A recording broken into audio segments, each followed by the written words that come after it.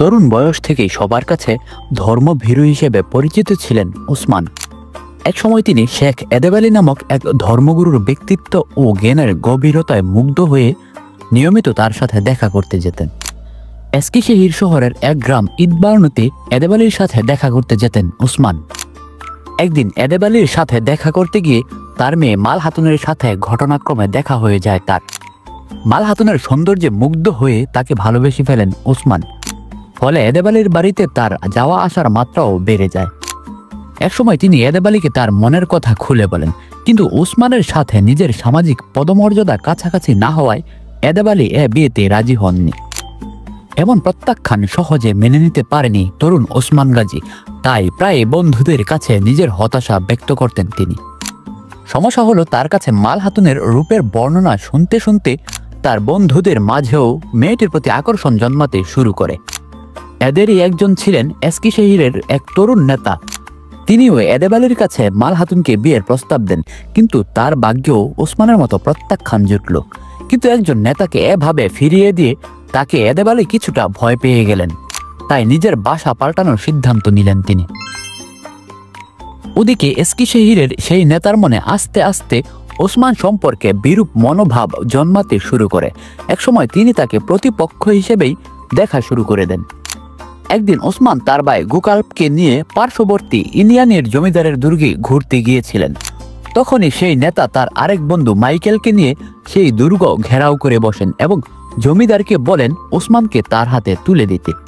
কিন্তু অতিথির এমন অমর্যাদা করতে রাজি হচ্ছিলেন না সেই জমিদার, তাই শত্রুরা দুর্গের বাইরে অবরোধ করে বসে। পরবর্তীতে ওসমান ও তার ভাইয়ের বাহিনীরা আকস্মিক আক্রমণে তাদের সেই প্রতিরোধ ভেঙে যায়। তরুণ নেতা কোনো মতে যান নিয়ে পালাতে সক্ষম হলেও ধরা পড়ে যান মাইকেল। পরবর্তীতে অবশ্য এই মাইকেলের সাথেই ওসমানের চমৎকার বন্ধুত্ব হয়েছিল। এভাবে যুদ্ধ জয়ের ফলে ওসমান একজন বন্ধু পেলেন ঠিকই, কিন্তু মনের মানুষটি তখনও ছিল তার ধরাছোঁয়ার বাইরে। এভাবেই কেটে যায় 2টি বছর। দুশ্চিন্তায় ওসমানের স্বাস্থ্যেরও অবনতি ঘটে। এত কিছুর পরেও এদেব আলীর সাথে ওসমানের যোগাযোগ ঠিকই ছিল। এক রাতের কথা, এদেব আলীর বাড়িতে বিশ্রাম নিচ্ছিলেন ওসমান গাজী। মাল হাতুনকে নিয়ে 7-5 ভাবতে ভাবতেই ঘুমিয়ে পড়েন তিনি। ঘুমের মাঝেই তিনি এমন এক স্বপ্ন দেখেন যা ইতিহাসে বেশ বিখ্যাত হয়ে আছে। ওসমান এবং এদেব আলী এক জায়গায় বিশ্রাম নিচ্ছিলেন। হঠাৎ করে এদেব আলীর বুকের ভেতর থেকে একটি পূর্ণ চাঁদ বের হয়ে তা আবার ধীরে ধীরে ওসমানের বুকের ভেতর হারিয়ে যায়। এরপরেই বেশ চমৎকার একটি গাছ ধীরে ধীরে বড় হতে শুরু করে। তার যেন আর থামার নাম নেই, বড় হচ্ছে তো হচ্ছেই। এভাবে গাছটির শাখা প্রশাখা ছায়া পৃথিবীর দিগন্তের প্রায় 3 ভাগকে ঢেকে ফেলার আগ পর্যন্ত বড় হতেই থাকে। এই গাছের নিচে ছিল 4টি পাহাড়, ককেশাস, এটলাস, টোরাস ও হিমাস। দেখে মনে হচ্ছিল যে এ পাহাড়গুলোর উপর ঠেস দিয়েই দাঁড়িয়ে আছে সুবিশাল সেই গাছ। গাছটির গোড়া থেকে বের হয়ে এসেছিল টাইগ্রিস, ইউফ্রেটিস, দানিউব ও নীলনদ। বড় ছোট পালতোলা অনেক জাহাজই ঘুরে বেড়াচ্ছিল সেসব জায়গায়। মাঠগুলো ভরে গিয়েছিল খাদ্যশস্যে।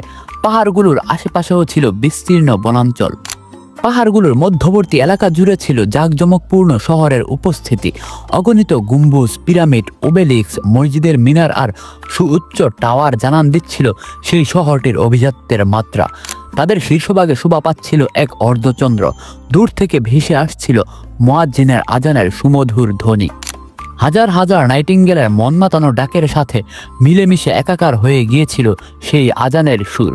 মিষ্টি কণ্ঠের অসংখ্য পাখির সমাবেশ ঘটেছিল সেখানে। তাদের কিচিরমিচির ডাক যেন মাতাল করে ছাড়ছিল গাছটিকেও। গাছটির প্রতিটি পাতা দেখতে তুর্কিদের পুরনো আমলের খঞ্জরের মতো ছিল। হঠাৎ করে বাতাসের বেগ যেন বেড়ে গেল, আর সেই সাথে পাতাগুলোর তীক্ষ্ণ দিকগুলো বিশ্বের নানা শহরের দিকে মুখ করে ঘুরে গেল। তবে সেগুলো বিশেষভাবে কনস্টান্টিনোপলের দিকে মুখ করে ঘুরেছিল। 2টি সাগর ও 2টি মহাদেশের মিলনস্থলে অবস্থিত সেই শহরটিকে 2টো সেফেয়ার ও 2টি এরামেল্ডের মাঝে বসানো একটি ডায়মন্ডের মতো লাগছিল। এর ফলে বিশ্বের সবচেয়ে মূল্যবান পাথরই যেন হয়ে উঠেছিল সেটি। ওসমান গাজী যখনই সেই দৃষ্টিনন্দিত পাথর বসানো আংটি নিজের আঙুলে ঢুকাতে যাচ্ছিলেন, তখনই তার ঘুম ভেঙে যায়। ঘুম থেকে উঠে ওসমান এদেব আলীকে তার স্বপ্নের কথা জানালেন। এদেব আলী বুঝলেন যে এটি কোনো সাধারণ স্বপ্ন নয়, বরং এর মাঝেই লুকিয়ে আছে ওসমান ও তার মেয়ে মাল হাতুনের এক হওয়া থেকে শুরু করে ওসমানের ভবিষ্যতে অনেক ক্ষমতা ও প্রতিপত্তির মালিক হওয়ার ইঙ্গিত। এরপর তাই আর আপত্তি করলেন না তিনি। নিজের পছন্দের শিষ্য দরবেশ তুরুতকে ডেকে এনে ওসমান আর মাল হাতুনের বিয়ে পড়ানোর ব্যবস্থা করেন তিনি। এবার আসা যাক আসল কথায়। এতক্ষণ ধরে ওসমানের এত বড় স্বপ্নের কথা শুনে অনেকেরই অবিশ্বাসে ভ্রু কুঁচকে গেছে নিশ্চিত। এটাই স্বাভাবিক, কারণ ওসমানের বিখ্যাত এই স্বপ্নের কথা কিন্তু লেখা হয়েছিল তার মৃত্যুর 100 বছরেরও বেশি সময় পরে। তাই ধারণা করা হয় যে এ স্বপ্নের কথা আসলে কোনো উর্বর মস্তিষ্কের কল্পনা ছাড়া আর কিছুই না। অটোমান সাম্রাজ্যের গোড়াপত্তনের ইতিহাসকে আরো মহিমাময় করে তুলতে এবং সেই সাথে ওসমান গাজীর অর্জন ও সাফল্যকে আরো চমৎকার ভাবে সবার কাছে তুলে ধরতেই এ কল্পনার আশ্রয় নেওয়া হয়েছিল। অবশ্য অটোমান ঐতিহাসিকেরা সবসময়ই তাদের সাম্রাজ্যের গোড়াপত্তনের এই ইতিহাসটিকে অত্যন্ত দক্ষতার সাথে সবার সামনে তুলে ধরতেন। তবে এটা সত্য যে শেখ এদেব আলী নামে আসলে এক ব্যক্তি ছিলেন, যার সাথে ওসমানের খাতিরের সূত্র ধরেই তার মেয়ে মাল হাতুনের সাথে ওসমানের বিয়ে হয়।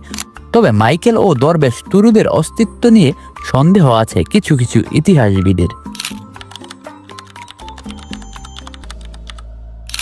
1288 সালে বাবার স্থলাভিষিক্ত হন ওসমান গাজী। তার বাবা নিষ্ঠার সাথে নিজের দায়িত্ব পালন করে গেলেও কখনো আশেপাশের এলাকাগুলো জয়ের দিকে নজর দেননি। অন্যদিকে গোত্রপ্রধানের দায়িত্ব নিয়েই ওসমান দেখতে পেলেন যে আশেপাশের অন্যান্য গোত্রপ্রধানরা তাদের এলাকা বিস্তারে সচেষ্ট হয়ে উঠেছেন। এসব দেখে তিনি নিজেও তার এলাকার পরিধি বাড়ানোর প্রস্তুতি নিতে থাকলেন। 1299 সালে ওসমান যখন মঙ্গল সাম্রাজ্যের বার্ষিক কর পাঠালেন না, তখনই আসলে প্রতীকী অর্থে তিনি স্বাধীনতার ঘোষণা দিয়েছিলেন। 1300 সাল থেকেই একে একে বিভিন্ন অঞ্চল জয় করতে শুরু করে ওসমান গাজীর নেতৃত্বাধীন বাহিনী। সাকারয়া নদীর পশ্চিমাঞ্চল, এস্কি শহরের দক্ষিণ ভাগ, আলিম্পাস পর্বত ও মারমারা সাগরের উত্তর পশ্চিমাঞ্চল তার সাম্রাজ্যভুক্ত হয়। এস্কি শহর, বিলেজিক, ইনুন থেকে শুরু করে ইয়েনি শহরের বিভিন্ন গুরুত্বপূর্ণ দুর্গ ও নগর নিজের দখলে নিয়ে নেয় ওসমান বাহিনী। নবগঠিত অটোমান রাজ্যের রাজধানী হিসেবে বেছে নেওয়া হয় ইয়েনি শহরকে। বার্সা, নিকায়া কিংবা নিকোমেডিয়ার মতো গুরুত্বপূর্ণ ও সুরক্ষিত নগরগুলো দখল করার মতো শক্তি অবশ্য তখন অর্জন করতে পারেনি তার বাহিনী। আলিম্পাস পর্বতের পদদেশে অবস্থিত বার্সা ছিল বেশ সুরক্ষিত এক নগরী। এর চারদিক ছিল উঁচু দেয়াল দিয়ে ঘেরা। সেই সাথে বিভিন্ন দুর্গ ও প্রতিরক্ষা টাওয়ার প্রতিনিয়ত এর নিরাপত্তা নিশ্চিত করে চলেছিল। 1308 সালে মারমারা সমুদ্রে পৌঁছে বার্সার পার্শ্ববর্তী স্থলভূমি দখলে নিয়ে তাদেরকে স্থলপথে বাইরের জগৎ থেকে বিচ্ছিন্ন করে দেয় ওসমান গাজীর বাহিনী। অবশ্য তখন মুদানয়া বন্দর দিয়ে বার্সার অধিবাসীরা দরকারি রসদ আনা নেওয়া ও অন্যান্য যোগাযোগের কাজ চালাতো। সরাসরি আক্রমণ চালিয়ে নগরটি দখল করার সুযোগ না থাকায় ওসমান তার বাহিনীকে এর চারিদিকে অবরোধ অব্যাহত রাখতে বলেন। 1321 সালে শেষ পর্যন্ত ওসমান বাহিনী মুদানয়া বন্দরের দখল নিতে সক্ষম হলে বার্সা বাইরের জগৎ থেকে একেবারেই বিচ্ছিন্ন হয়ে যায়। অবশ্য বার্সার অধিবাসীরাও অত সহজে হার মানতে রাজি ছিল না। তাই এর পরেও আরো 5 বছর পর্যন্ত মাথা নত করেনি ওসমান গাজীর বাহিনীর কাছে।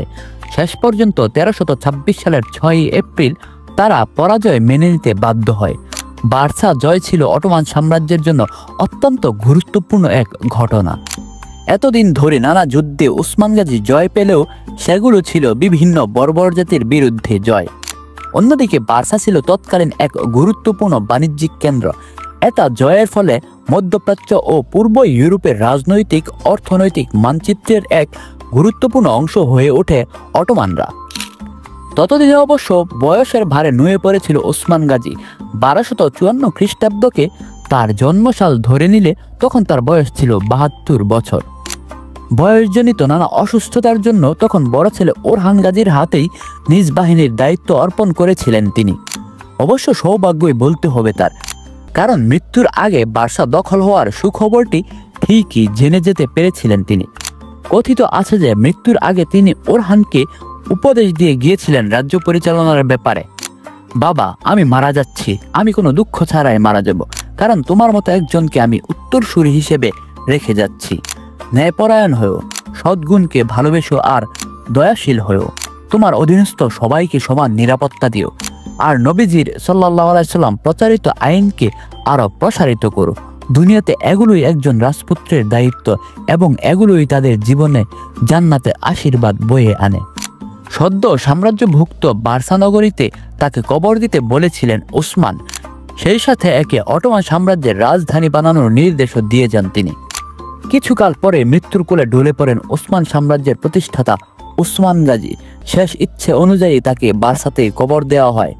মৃত্যুকালে বাইজেন্টাইন ও মঙ্গল এই উভয় পক্ষের নিয়ন্ত্রণমুক্ত এক স্বাধীন রাজ্য রেখে যেতে সক্ষম হয়েছিলেন ওসমান গাজী। বাইজেন্টাইনদের দুর্বলতা অনুধাবন করতে পেরে তিনি তাদের উপর বিভিন্ন সময়ে আক্রমণ চালিয়েছিলেন। তার যুদ্ধজয়ের অন্যতম কারণ ছিল যে তিনি বিভিন্ন গোত্রপতিদেরকে তার যুদ্ধের আদর্শে উদ্বুদ্ধ করে এক পতাকাতলে নিয়ে আসতে সক্ষম হয়েছিলেন। অধিকাংশ ইতিহাসবিদও এ ব্যাপারে একমত পোষণ করে থাকেন। ব্যক্তি ও শাসক হিসেবে সকলের কাছেই বেশ সম্মান ও শ্রদ্ধার পাত্র ছিলেন ওসমান গাজী। জনগণের সাথে ন্যায়সঙ্গত আচরণ এবং সবাইকে সমান দৃষ্টিতে দেখার ব্যাপারেও সুনাম ছিল তার। ধর্ম বর্ণ নির্বিশেষে সকলেই তার কাছে সমান মর্যাদা পেত। তারপরেও ওসমান গাজী সম্পর্কে একটি কাহিনী প্রচলিত আছে যার সত্যতা অবশ্য প্রশ্নবিদ্ধ।